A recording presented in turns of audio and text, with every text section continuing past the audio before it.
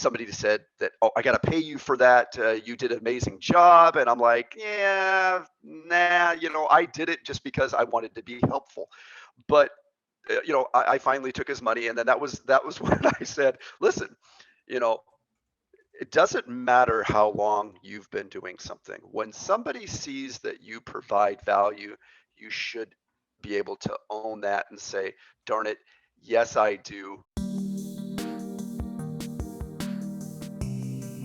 Welcome back to the Career Therapy Podcast, where we help professionals navigate the emotional and promotional sides of the job search in order to stress less and earn more in their careers.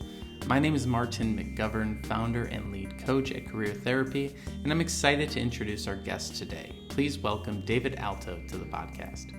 David is the owner and founder of AltoAdvance, an individual coaching and business consultancy specializing in empowering and promoting the talents and experiences of those looking to accomplish their career goals and excel in their profession.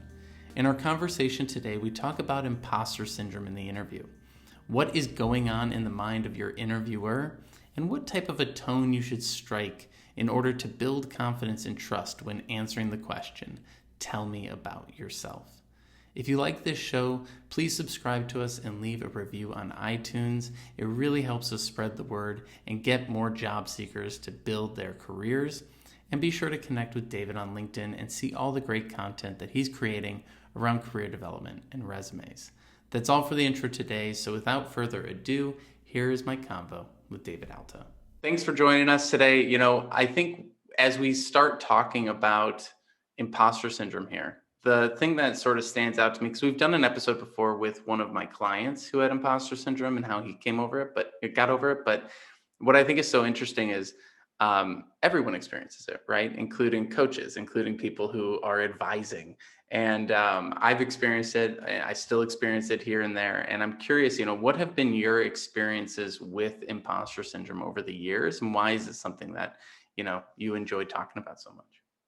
Yeah, thank you for allowing me to, share, a little bit about how it came to enter my life, because I believe that through sharing, we kind of learn how to deal with it ourselves, and hopefully somebody can gain some insights into it. So, listen, we have to go back.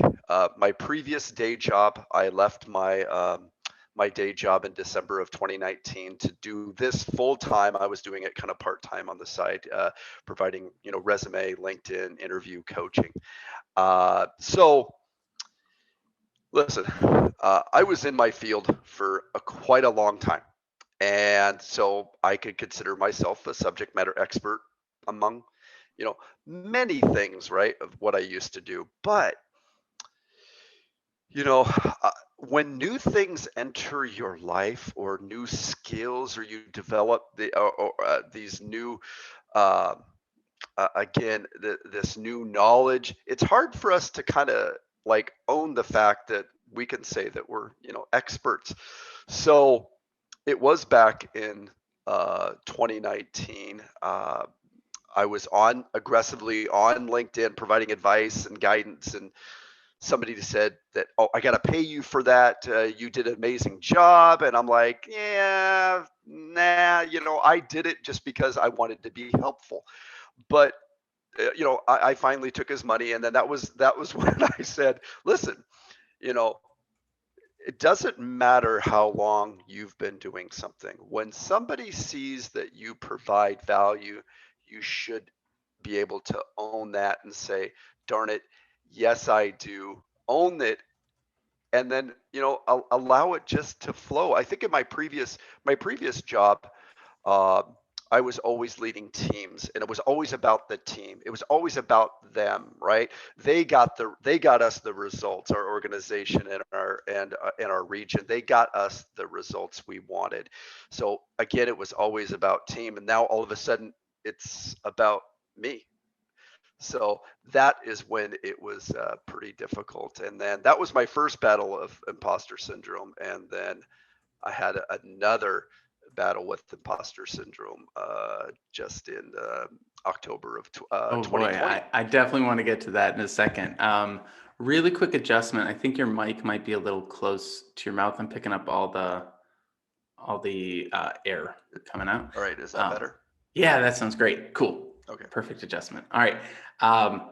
So in what you just said there, there's a couple things that I really want to hit on. The first one is that you were doing this just because you want to be helpful. And I think that that's a really interesting place to begin because similarly, I got into coaching in kind of an odd way where I was doing marketing and I was just like, well, I know how to brand people. I know how to sell things. Like, let's talk about it. And people would just open up to me about their lives and their careers, and we would talk through it. And it'd be like 3 hours of just chatting, and it's funny because it's like you almost sort of figure out after the fact that you're good at these things. And I like how you said it's like it's not really the amount of time you've been doing it, it's a value that you bring. Because truthfully, at the end of the day, like, we don't always see the value that we're bringing to something because it comes so natural to us. When you're in a role, when you're in a job that you're actually doing well, that you're actually naturally good at, right? I think we're sort of taught in college and growing up that, like, if you're not in pain, if you're not struggling at work, then you're not working hard. And I mean, obviously everyone is working long hours and things like that, but sometimes things just come more naturally, right? And then we devalue the things that come more naturally to us. It's kind of strange, It's like, oh, well, I could do that in my sleep, so why would I get paid for that, right? Um, is that sort of the experience you had, where it's like, oh, that's just something I do. I don't deserve to get paid for something I do. I should only get paid for things that are, like, I can't do, and I'm like pushing myself. What are your thoughts around that? Oh, 100%. And I'll take this approach. Listen, so until I realized that it's not about today, but you know, the skills and everything that I've learned over the years, right? The decades in my industry have led me to the knowledge that I, possess today. And that's where, again, just because it's maybe a newer skill, is it really that new? Or really have you been developing things and now just all the pieces, are fitting together to develop it, and to provide this. And when it comes down to it, uh, I, I have this argument with people on LinkedIn often is uh, they don't like the word, expert or subject matter expert, because there's always somebody that knows something more than you, right? Well, yes, but if I can't call myself an expert in what I do, then what is there, just one person per industry, per job, right? That is an expert and you have to wait for them to move on to take that. No, there's all different levels of, listen, somebody might come to me if they're struggling to do this, but if they're struggling to do something else, maybe they'll go to somebody else with a little bit more experience somewhere else. And that is okay. So you have to, like you said, if things come naturally, well, that's great. That's fantastic.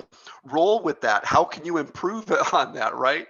But then when it entered in 2020, because I got my first paid speaking gig, and maybe the first few minutes didn't go so well, but then after that, it went really well, and then I beat myself up about it, and I realized that it was because I hadn't been paid to do that before, that I was saying, well, like, how dare I go up in front of people and, talk about, what I'm talking about, even though I've done it before, just never paid to again. So, and then wrote a book about it, but we can talk about Yeah, that. We definitely. can talk about it. Well, and it is that it's funny because it's a combination of things, right?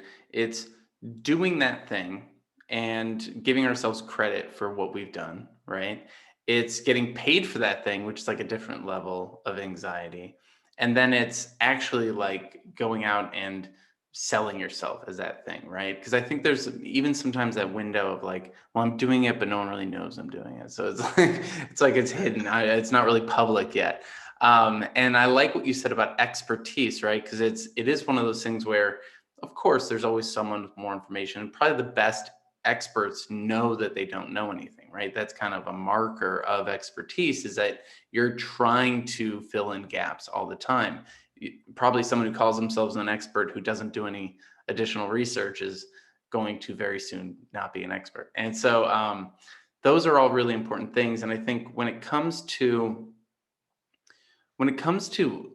the focus, because you kind of mentioned that it's like, well, when I was helping teams, it was external, right? But then eventually it shifted the focus to me. And I think that's where people get really caught up with imposter syndrome, is that in the job search, and you do resume rewrites and things like that, like it's so hyper focused on the individual, and it loses touch with why we're doing this stuff in the first place, right? And a big piece of what I help coach people with is like, get the focus off of yourself, because that's probably the reason that you're having this like anticipatory anxiety, right?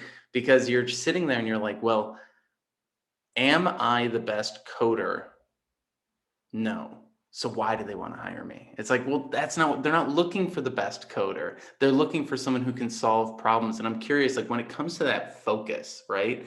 What do you see going wrong in like the messaging around careers when it comes to the focus on the individual, the focus on the company, the focus on the dynamic between the two? What are your thoughts on that? I think, well, when it comes to interviewing, I think most people take the wrong approach. I want you to share during that interview. I want you to share genuine stories that resonate with, some things that you really enjoy doing. Why? Because you're going to get excited. They're going to see and hear that, regardless if it's on video or if it's in person. And I want you to be comfortable enough in your own skin, in your own competencies, that you could care less. Look, you're never going to be able to convince somebody to hire you. And just like you said, right, you're not going to be necessarily the best coder, the best of this or the best of that. But the combination of everything you bring.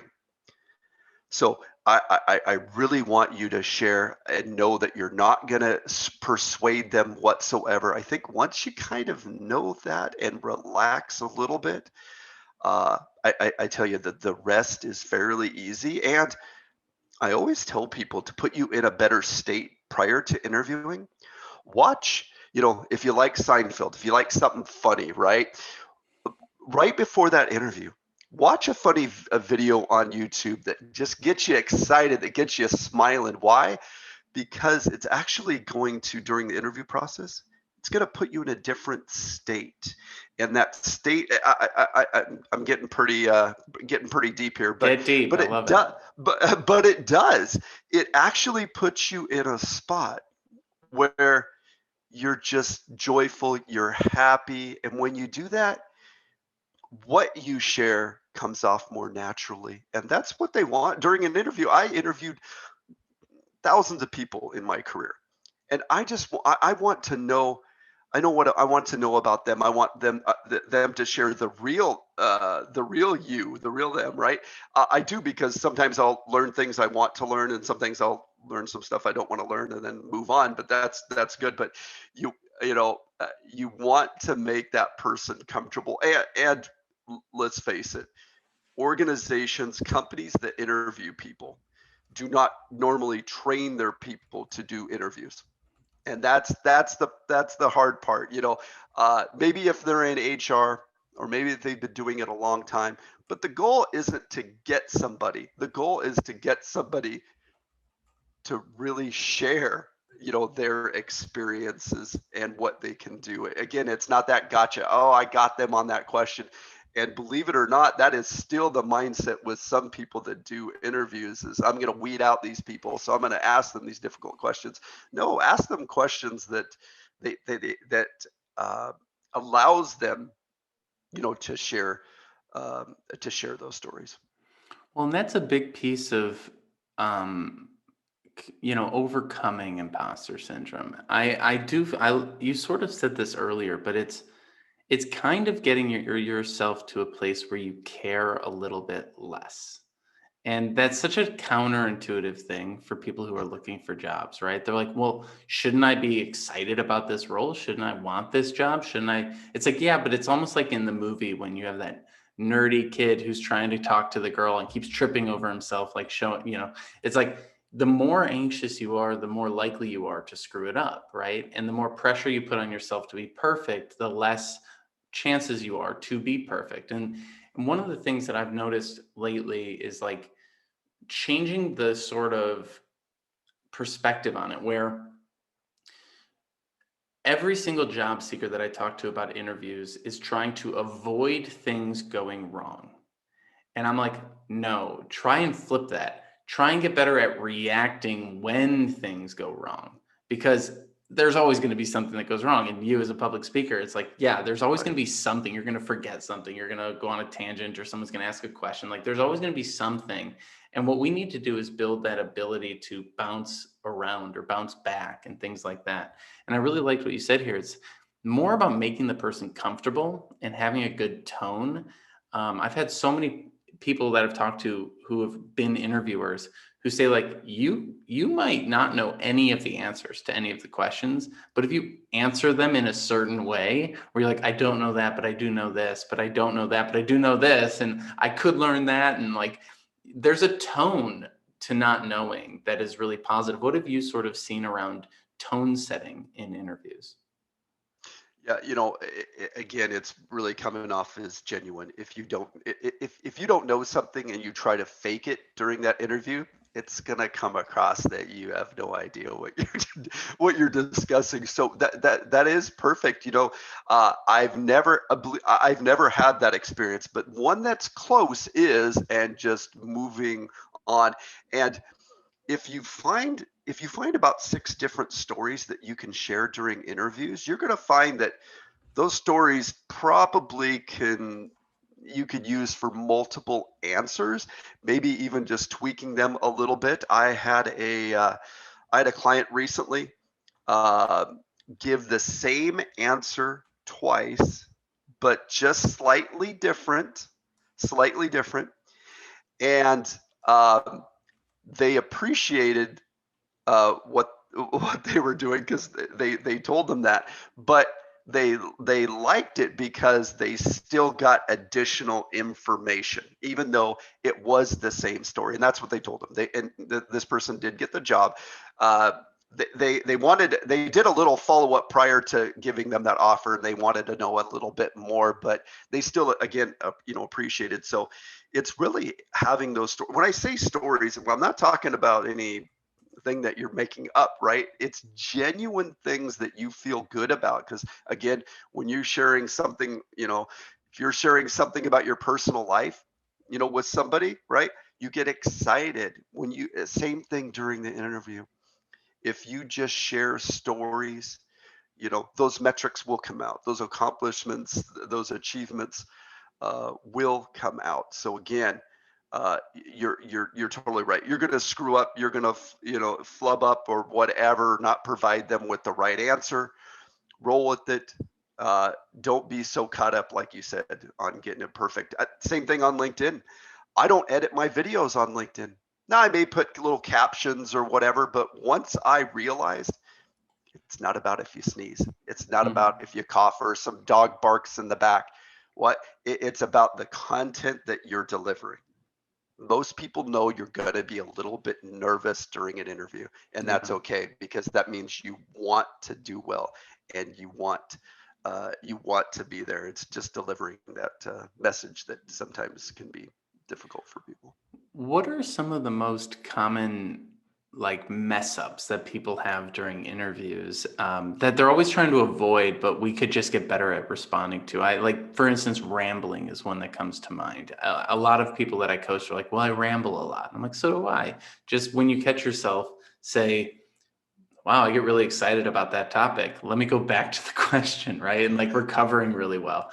What are some of the other kind of derailments or kind of mess ups that you commonly see when you're working with people, and what are some of the ways that they can just get better at responding to those mess ups rather than trying to avoid them?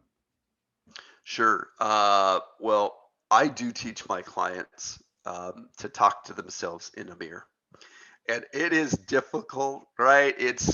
People think it's stupid, and you know what? It is stupid, and it is difficult.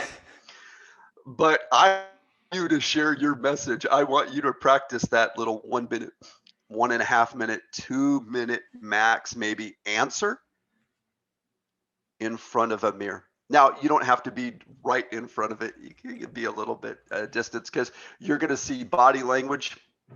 You're going to be able to watch yourself, and it makes you uncomfortable, and that's good. And I want you to keep doing it until it makes you somewhat comfortable. But I tell you what, it's a really good best practice. Somebody taught me that a long time ago, before, when I started doing interviews when I was looking for a job in early 2019. And by doing that, again, I get to watch, and I actually, I almost like, I hear the exact words, right, coming from me, because I can see them, I can sense them. And I tell you what, once somebody taught me that years ago, it has really helped, and always encourage my clients um, to do that. Regardless, some say they do it, and I know they don't, because I can tell when Yeah. I get them on a call. But you know what? Hey, I was used to doing role plays in my previous career, and yeah, they seem silly, they seem stupid. But why do you do role plays? You do role plays to get better when it doesn't matter, right? Why do football teams? Why do basketball teams? Why do they practice more than they play? Right? Hmm. Football teams will practice for 4 or 5 days before one game that lasts 3 hours, right? Why? It's to get better. It's to get those screw ups. So the advice that you get from coaches regarding, practicing, those are the things that are going to lead you to that success. But like I said, hands down, that practicing in the mirror is perfect. If you want to, I guess you could record yourself, but in that mirror, that's you. You Yeah. got to be comfortable in your own skin, and I think doing that is a good best practice. Yeah, and recording yourself is a good one too. I often encourage people to do that and listen back to it, because sometimes we just like need to word vomit and get everything out, like download a list of 100 interview questions, get it all out, and then go back and listen for the good stories. Like maybe we can't do it at the same time. Of course, no one does it, because listening to yourself is also quite painful for a lot of people. As people who make content, we know that quite intimately. But it's that's a good one. And then, if all else fails, because like you said, people don't always they don't take the medicine, right? Networking, I think a lot of people think networking is to get a job, quote unquote, when I'm like, no, it's to do research, it's to prep for interviews, like, and maybe get a referral for a job. But it kind of checks so many different boxes, and that's such a wonderful thing. I want to shift even more specific into the interview stuff really quick, because there is one question, and it's not even a question, but it's one phrase that every single person who's feeling imposter syndrome gets asked and gets completely overwhelmed by, and I'm sure you know what it is already, but the "tell me about yourself" phrase question, right? Sure. Um, every coach has kind of their own style on how they coach people on this, but I'm just so curious, like, with everything we've talked about up to this point, before we even get into how to answer that question, I want to focus in on the interviewer, the person asking it, because I find that so interesting how, like, I always ask people, what do you think they're asking you? What do you think they want to hear? And the answers I get are all over the map. But you mentioned that the interviewer is likely not trained in how to interview, right? So why are they even asking this question? Where did they get this question? What is this? So I'm curious, on the hiring side, what is going through the interviewer's head? Or what should we be sort of priming ourselves to think about when we get asked that question? What are we trying Sure. to fulfill for them? Sure. To be honest, um, when it comes to, if I'm interviewing somebody, and if I were to ask that question, maybe I did decades ago. Uh, I have literally no idea why we asked that question. Well, one, we were probably told forever ago we need to ask that question, right? And why ask a question when we're not going to get the answer that we want out of the client, right? So I'm serious, right? Yeah. So I say keep that answer brief because here, listen, it is better to keep things brief than it is to ramble. I personally think. Why? Because if they need to know more, they'll ask. I know I will. If I was interviewing somebody and they gave me just a little bit, I would maybe ask them to expand on this or expand on that a little bit more. Uh, I tell my clients if you get that question, and not necessarily all the time when you get that question, uh, tell them why you enjoy doing what you do. Now, if you're a project manager, I don't want you to get into the exact things of what you do. What brought you to that role? What brought you to that place that you're passionate about doing what you're doing? And leave it there. They don't want to know about your dogs. They don't want to know about your hobbies or anything like that unless they ask, or it just comes up in just doing some chit chatting. But briefly tell them why you love doing what you're doing, and maybe even why you're here today. Just ever so briefly, and don't try to do too much, because if you do, you will ramble.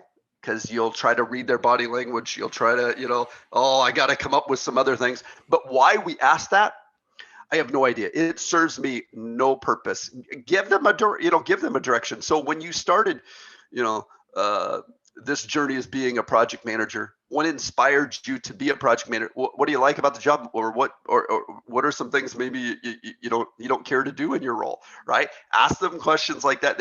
You're gonna get maybe some substance. Why we ask some things that we ask, I think it's because it's on a piece of paper or somebody in HR told us to.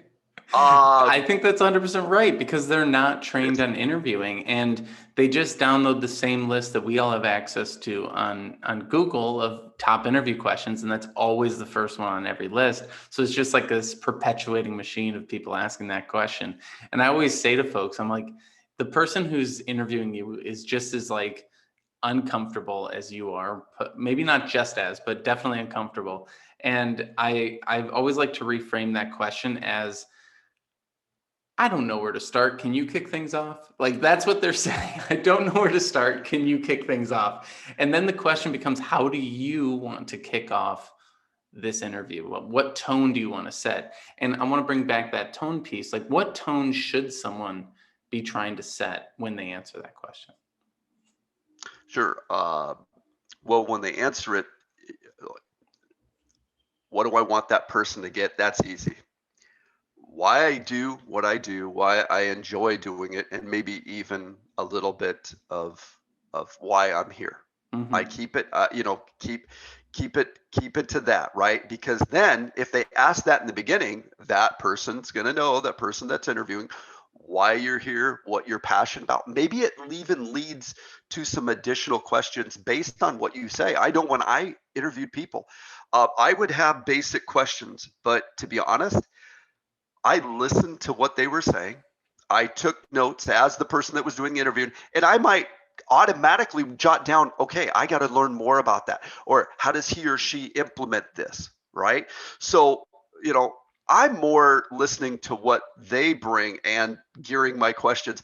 Look, I never had to provide HR or my boss with how they answered questions. So to be honest, after I learned that a lot of basic interview questions are terrible, I really crafted my own, or just let the conversation. So that was perfect. What you had just said. Yes, setting the tone. So if they ask that initial question right in the beginning, then hopefully you can expand on a few of those things, or they take again some of the wording that you say or some of the answers and lead you down a different path, one that you're comfortable with based on what you said in the beginning.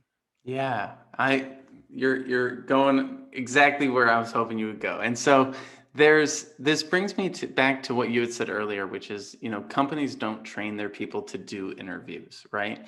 And there's this really interesting dynamic that comes up when I'm coaching people where they they have one of two experiences. One, they put the company on a pedestal that is way higher than the company deserves, right? They're like, if I don't get that job at Google, my life is over. And then the next call I get on is someone who works at Google saying, I need to get the hell out of here, right?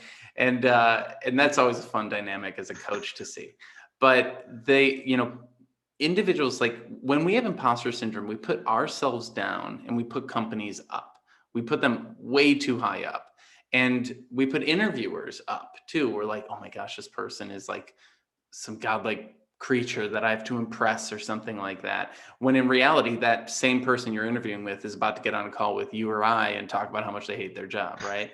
And like, Yes. that is so funny to me. But there's this interesting thing that happens where people they put it too high on a pedestal, and then at the same time, they get really offended that the person interviewing them hasn't like read their resume in depth, hasn't read their cover letter. It's like, I can't believe that they weren't prepared. I'm like, never expect your interviewer to be prepared. That's why you're having a conversation, to fill in those gaps. So I'm, as we kind of talk about this, I want to go even deeper into like, companies don't train their people to do interviews, and the people that you're talking to and the companies you're talking to are hot messes as well. Because I think that will help people who like are feeling like they're a hot mess. What are your experiences of like what it looks like behind the scenes on the hiring side, on the interviewing side, so that maybe someone who is feeling that anxiety can feel a little bit more in harmony with, rather than like so far below? You're right. You are, at the end of the day, having a conversation with someone where you're maybe sharing more than they're sharing, and I think we've all been in conversations like that anyway, just in life, right? So you're sharing about you, and they're not, like you said in the beginning of this of our conversation, they're not looking for the perfect person. The warm fuzzy feelings, if they feel about you, then that's going to win you a potential a job offer. But yes, I've been at organizations that at the end of the day, yeah, after I get done with these 10 interviews I got to do all day today, I'm like going home and beating my head up against the wall because I can't believe the stuff that I was spewing out about our amazing company that puts people first. And we expect people, darn it, to have a work-life balance, and we want you home at 5 p.m. every day. We want you to work remotely 50% of the time on Sundays, because the rest of the time, no, you're in the office or whatever. No, listen, yeah, you're not going to find the perfect company. You're going to find the perfect company that's right for you now. I think you and I both know the shelf life of an employee, 3-4 years, maybe 4 years is a little bit too much. Mm-hmm. So, find you're not going to find, again, the perfect culture, right? It's okay to ask the person that's interviewing you a few questions, especially maybe if it's a interview where you're talking to somebody that might be your peer. I think we don't realize that if we're speaking to somebody during the interview process that might be our peer someday, they're going to get asked, would you work for that person? Would you work alongside them? Would you work for them? Would you work above them, right? So making them feel comfortable, making them feel good about you is just as important as the person in HR, that hiring manager. So I think that person carries a lot of weight. And again, once you feel more comfortable about having a conversation and just sharing, that interview goes a long way. But yes, that person is not, raving about their company 24/7. If they're not looking for a job, they got one foot out the door, they're not happy with their, like you said. So again, have a conversation, ask questions, right? Ask permission to take notes, even virtually, because then you can look down and do that, right? Mm-hmm. Plus, it says that you want to be there. I, I'm about making first impressions. I truly believe within the first minute, hey, jot down their names, right? So you don't forget them, because you're going to forget them, especially if there's more than a few, right? Yeah. Ask permission. Will I be able to ask some questions at the end if I don't get things answered? And do I have your permission to, to take notes? Again, it sets the bar real quick that you want to be there. And it is really about delivering your message, and the message that, again, that you want to be there.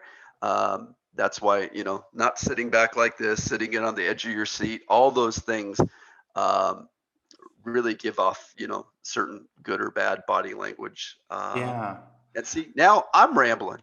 No, I love it. I love it. I'm a rambler is my thing. So I like that you're saying here, right? Show that you want to be there and make them feel comfortable. These are really important phrases. And I think people might be listening. They're like, yeah, okay, yeah, but how? Like, I'm not comfortable. How do you make someone else feel comfortable when you yourself are not comfortable? What are your thoughts on that? Yeah. You need, again, that's why I'm going to go back to those stories. If you have those stories that you remember them just like this, right? Because they're real. There's something about what you're about to share that makes you excited, right? Will make you more comfortable. I'm not going to say it's going to really put you at ease, but that's why when you have those stories that just flow, you will see more comfortable. And yes, you're going to be your own worst critic. You're going to think you're not comfortable, and then you get hired and you get feedback, and they're like, "No, we thought you were okay."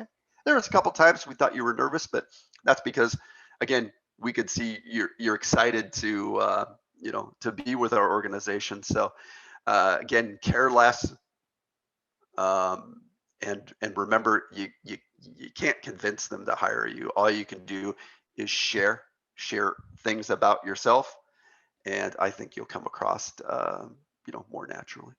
Yeah, because I mean, in a way, at the end of the day, right?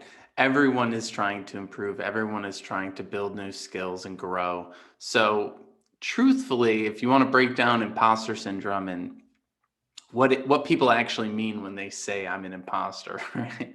And no one says I'm an imposter. They say I have imposter syndrome. But it's like everyone's an imposter because everyone is trying to learn something new. Everyone is slightly less experienced than the thing they're trying. If you're only doing things that you're 100% good at, you're probably overqualified for that role and needs a new challenge, right? You're going to be bored and want to quit soon. Um, so taking it back out of the interview space and just bringing it to the general job search, how else have you seen imposter syndrome affect people's ability to be efficient in finding a job? Whether it comes to networking, their resume, their online presence, what other areas does it affect? I think when it comes to the resume, if I haven't done quote unquote that role that I'm applying for, but I align perfectly. I've done this, I've done that, I've done every aspect. I just haven't held that position. Now, yes, you need to make sure that you match up enough to those skills. But some people go, David, I can't apply for that. I've never done that role. Some people do take the opposite. You go, you know what? I don't care. I'm going to apply anyway, Yeah. right? Or don't adjust the resume or whatever. But uh, if you have those, skills, but haven't done that role, that's where okay, yes, you can do it. Your resume, if they read it, enough of it, but that's where networking has to happen. Because if 400 to 500 people are applying for the same job you are, half of those people are going to have experience in that role. And yes, unless you work there internally already, they're never going to take a chance on you. But that's where networking, I've seen, can play a part. Where, again, you have all the pieces of doing that job, but haven't been in that role. But you're able to get somebody in the same or similar role at the same company to look at your LinkedIn profile, look at your resume, and they go, "Oh, you could easily do that. You have the same kind of maybe working history and education that I had before I came here. you know what? I think you would be a good fit. Let me send you a referral. Or, send me your resume. I'll set it next to the hiring manager. So again, that's where the networking, and people do not network on LinkedIn properly. They go after HR, they go after recruiters, they go after hiring managers, and generally those people are not going to respond. Who responds? People doing the same job or very similar to what you want to apply for somewhere in that organization. I tell you, that's something that I teach my clients, and that if you do anything on LinkedIn prior to applying for that job, seek out people that do the same thing. They could get a referral bonus that could be, a couple grand even. But more importantly, you're getting the right people to see you. They see something in you. Maybe you worked in very similar industry before, and they kind of see themselves in you, and they say, "Oh yeah, by all means, you could easily do that." Again, that's where that networking piece comes in. But again, that resume does have to speak with all the pieces that you can do. Maybe if you haven't held that role. Yeah, and the networking piece is really important because you'll get real answers to things. I've had a lot of people who, when they're practicing for the interview or after they have an interview, they come to me and they're like, well, the questions I asked at the end were, do you enjoy your job? And I'm like, this person is on company time right now, getting paid by the company to represent the company. There's no way they're going to tell you how they really feel about the company in this interview when they're trying to sell you on this job at the same time as interviewing you for this job. Like, the real stuff comes when you're chatting with someone on a Saturday over coffee or drinks and they just start venting about their boss, and you're like, oh, this is really good information to know, right? And so I love that you're saying, like, reach out to people who are doing the job that you wish you were doing, because that's where you're going to get the real information. It's the difference between thinking you want to work in advertising because you watched Mad Men and talking to some account managers and seeing what it actually looks like, right? It's a lot of email for anyone who's curious. And so one of the things that I'm so curious about, and because it sort of plays into this, is like lies. And this is something we haven't really talked about much on the podcast, but companies lie, right? And I'm using some inflammatory language here, but the idea that, like, you look at a job description and it says 3 years experience for every job minimum, right? And then people get into this cycle of, well, I don't have 3 years experience in that one program, so I guess I can't ever get that job. But how do I get an entry level job if an entry level job needs 3 years experience? It's a catch-22, right?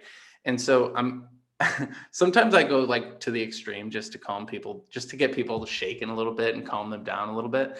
Cause it's like, it's so extreme the other way. Like, how many times have we gotten a job and then 2 weeks in, they just change what we're doing? And they're like, nope, this is your job now. And like the next 2 years, you're like, oh, this isn't at all what I expected, right? Yet job seekers who have imposter syndrome feel like they need to be overly open, overly sharing. They need to tell every insecurity that they have, and they need to, like, be specific down to the day of how much experience they have with a certain program and things like that. So it's like seekers are being way too honest, like, oversharing. And companies are like, we're the best company on the planet, and working for us is going to completely change your life. And, there's never a single person who's ever quit our company because we're the best. Like, it's that strange dichotomy that I find so fascinating. So where do you sort of land when it comes to, like, how much of the job search materials, like the postings and the company branding and the way that they talk about themselves, like, how much should we buy into, and how much should we have our guard up around the sales messaging around certain jobs? Sure. So I'll take this approach. So I recently had a LinkedIn live with a recruiter, and off camera, this gentleman and I have a working relationship. We used to work for the same organization, and I asked him, and I didn't catch this on camera, and I wish I did next time, but I asked him this very question. So, for the job of this, on your job description right now, how many years experience do you have to have? And he's like, oh, I don't remember. How many years? Look, the person that's interviewing you, especially if it's a hiring manager, They don't know those numbers down at the bottom. 5 years of this, 3 years of that, 8 years, 7.2 years of this. They don't know why. Listen, if you can do the job and you only have 2 years experience in this, but you have 4 years of this or whatever, but you've done that, apply. That is a guideline. Who makes that stuff up? Whoever creates those somebody in HR put those numbers on there and asked enough people, you have to have 3 or whatever. It's a guideline to potentially weed out those people that have no experience or maybe just very little or whatever. But look, I'm not going to hire somebody I can't hire Sally because she only has, 2 years and I need 3 years of this and two. It doesn't happen. So why they come up with those or whatever, I just want to know, have they done that? Have they done this? And then that's what the interview's for anyway. So yeah, I wouldn't worry about that whatsoever, as long as you have had experience in that, because the opposite could be true. I could have 20 years of experience in that, and somebody thinks about, oh, Dave's kind of old. I don't want to hire him. So there's really no reason to share like how many years of this or how many years of that. Make sure your resume says, shares your story that you can do those things. Same thing with your LinkedIn profile. And don't worry about the number of years. Same thing with education. If you align on everything on that job, everything except for education, I want you to apply anyway, as long as, like I said, 100% you can, because that's not always a deal breaker for every person. Sometimes it's on there just because, sometimes it's on there because that organization, that person really needs to have that. And yeah, I get it.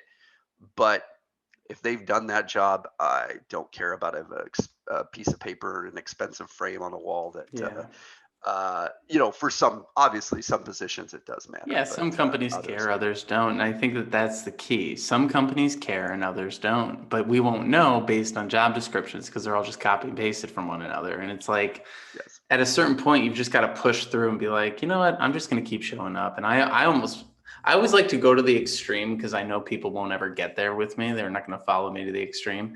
Like I'll go and purposely, years ago, I went and purposely bombed an interview just to see how bad it can get. And then go like, well, that wasn't so bad. And like everything was just uphill from there. And like those situations I think are so funny because it really shows like how this process is not so straightforward. It's not so simple. It's not so like, oh, well, they wrote this, that's what they need, I guess I can't apply. Like I'll talk to people who say, oh, I was looking at jobs for 2 hours yesterday and I couldn't find anything to apply to because of the requirements. And I'm like, you should have just applied to like 10 of them. Like stop reading it, start looking at the title. If the title's close enough, send in the application. It takes 10 minutes, right? And I think that that's so interesting. But there's also that secondary piece, which I've seen some YouTubers talk about, and I've not really dug into this much. So I'm curious to see where this even goes. But I have been asked the question before, how honest should I be on my job application? And I think that that's an interesting question. I always, as a coach, have to default to as honest as you can be, right? But I'm curious, like, what are maybe some of the gray areas in telling our story? Because there is that hyper honesty, or at least that oversharing of our insecurities, right? Like someone who says, well, I've never worked with that, so I need to say I've never worked with that, versus someone who's like, well, I've never worked with that, but, or, and, kind of, there's a huge spectrum here of gradation. But I'm curious, have you thought about that or been asked that? And what sort of thoughts do you have around it? Sure. Well, I mean, that's like putting the year you graduated, you got your bachelor's, right? If it was 20 years ago, don't put that on there, right? Right. They'll ask, right? So I don't know about gray areas, but at least if it's during the interview process, if you haven't worked with something, I've never worked with this particular CRM tool, but I've worked with this, and I'm sure functionality wise, it's similar. It'll be easy for me to catch on, whatever. But I mean, if you've had experience with something, just because you're not an expert, I think it's okay to put that in there. I mean, they'll really quiz you on it, whatever, If it's something that you really have to know and you have no clue, then yes. But sometimes in that job description, they don't need you to be 100% with Mm-hmm. this one little thing. Have you experienced it before? Yes. Can you, at the end of the day, yes, like you said, read that job description. Can you do the job? Right? Can you meet the criteria of what it's asking you to do? Yes. Apply. Again, sometimes we don't know why there's certain words in there that HR put in there, that somebody put in there forever ago, or they borrowed a template from some other company and then changed just some verbiage. I recently seen two job descriptions that a client had sent me, and it sure as heck looked a lot Yeah. really similar. Really similar. These were two large companies that probably have their own departments creating these things, and they still looked almost exactly the same. Um, so Actually, again, that yeah, that and I'll jump in there because that plays into a different question I have, which is like companies are making an assumption of what they need when they put that job out there, but they don't necessarily know that that's exactly what they need, right? I feel like sometimes we look at it like a science project or a homework assignment from a school or something, whereas like in reality, they're putting out their best guess, their best estimation of what they need. And then once people start coming in, that's where they learn what they really need, right? And the example I always give yes, here is when I worked as a marketing consultant, I would sit down with the people and they'd be like, we need a new website. And I'm like, okay, do you though? Like like why do you need, well, we need more clients, more customers. Okay, well, how are you currently getting your customers? Through our email list. So not through your website at all. No, no, no. So maybe we just need to improve your emails. Like there's there's this assumption companies have of what they think they need. And then we try and like cram ourselves into that. But then it ends up not even being what they need at the end of the day.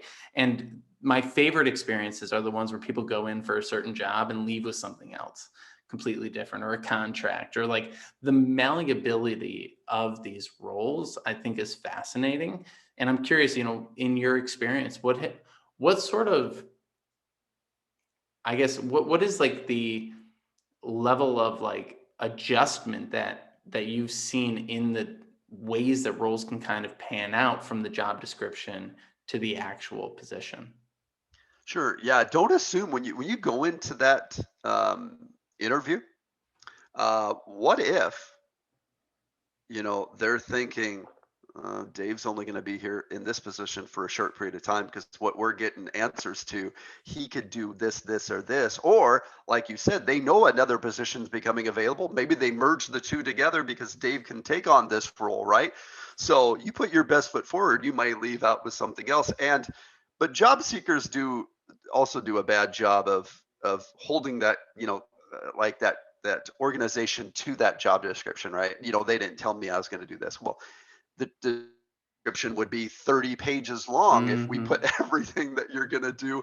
And let's face it, people get dumb things all the time. But uh, don't don't go in there just fulfilling the needs of that role. Share, if you don't get an opportunity, share during that interview other things that you bring, right? Because not everything is going to be on that resume. Not everything that you've done. You added value because you took on this one project, but on the resume you can't go into a full half page on this one little project that you did, right? So that's why you need to share and find opportunities during that interview to share the extra things that you've did. Well, hey, when my regional director was on vacation for an extended period of time because of leave of absence, I took over those roles and learned X, Y, and Z and got to interact with this. And then you talk about some whatever. So you have to look for opportunities to share more of the value that you provide. It, it's okay in an interview to say, after you answered that question, they say, okay, this is the last question. I did not get an opportunity to share one thing that I really wanted to share. Would it be okay if I took just 2 minutes to share something about something that I did within my team's accomplished? Uh, yes, go Yeah. ahead, Dave.